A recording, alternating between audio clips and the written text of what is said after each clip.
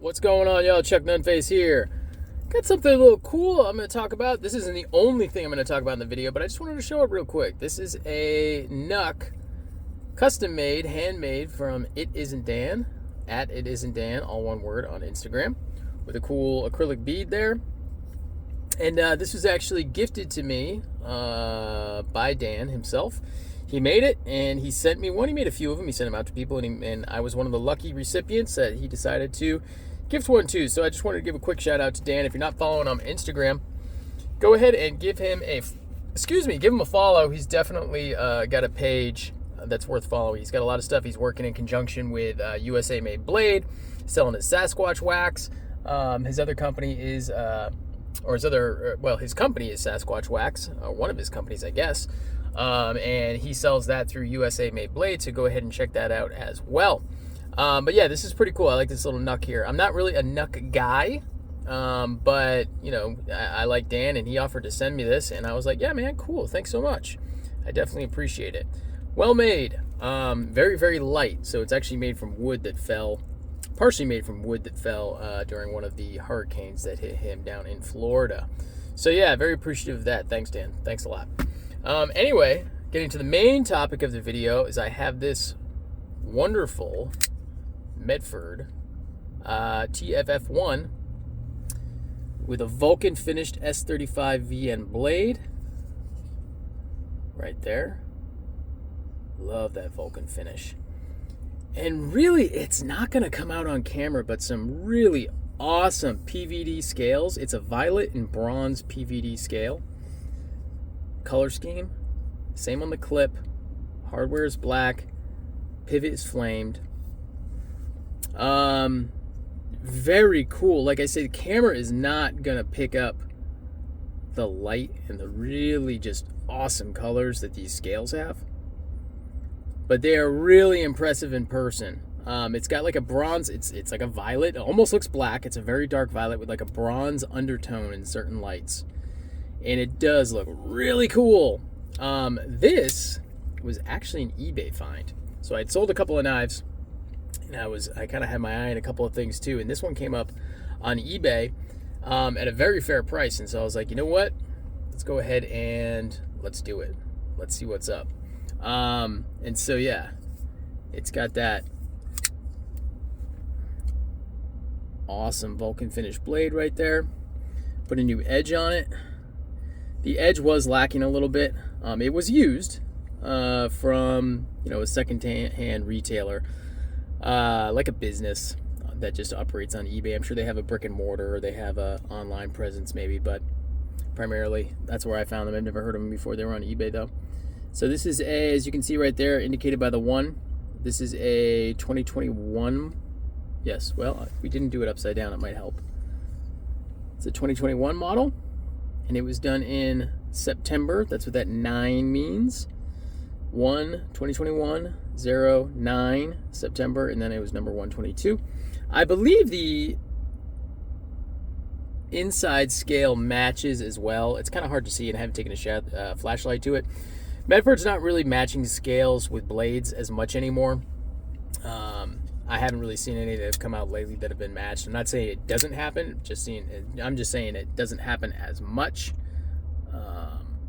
Generally, from Medford right now, the matching scales and blades, which really doesn't bother me.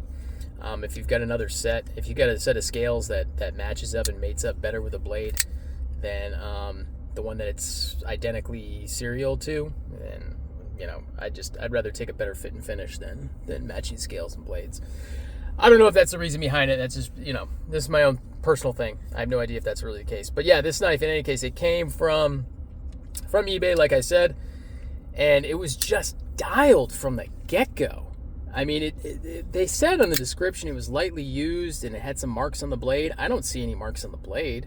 I mean, the edge wasn't great, but that could have just been from it sitting for a while. I did reprofile it and resharpen it just because I don't know if it had the greatest factory edge to begin with.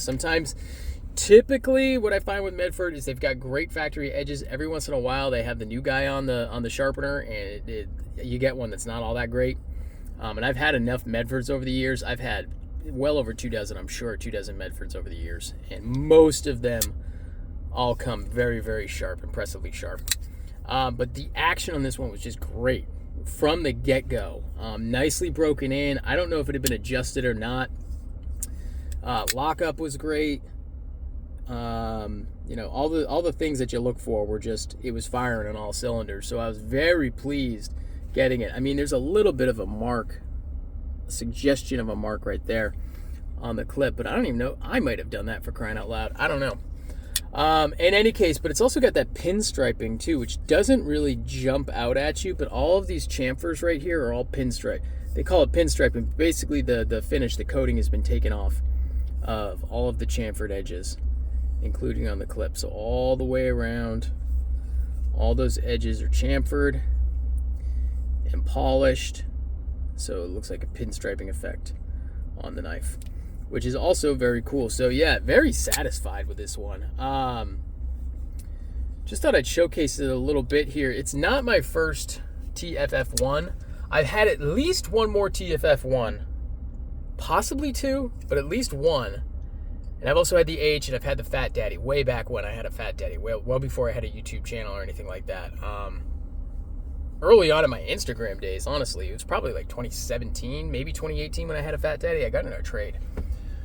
And then I had an H for a while, and I may have had a TFF-1 in between the Fat Daddy and the H, or after the H. I did have one. I had a TFF-1 recently. It was a DLT exclusive, an S90V. I ended up selling.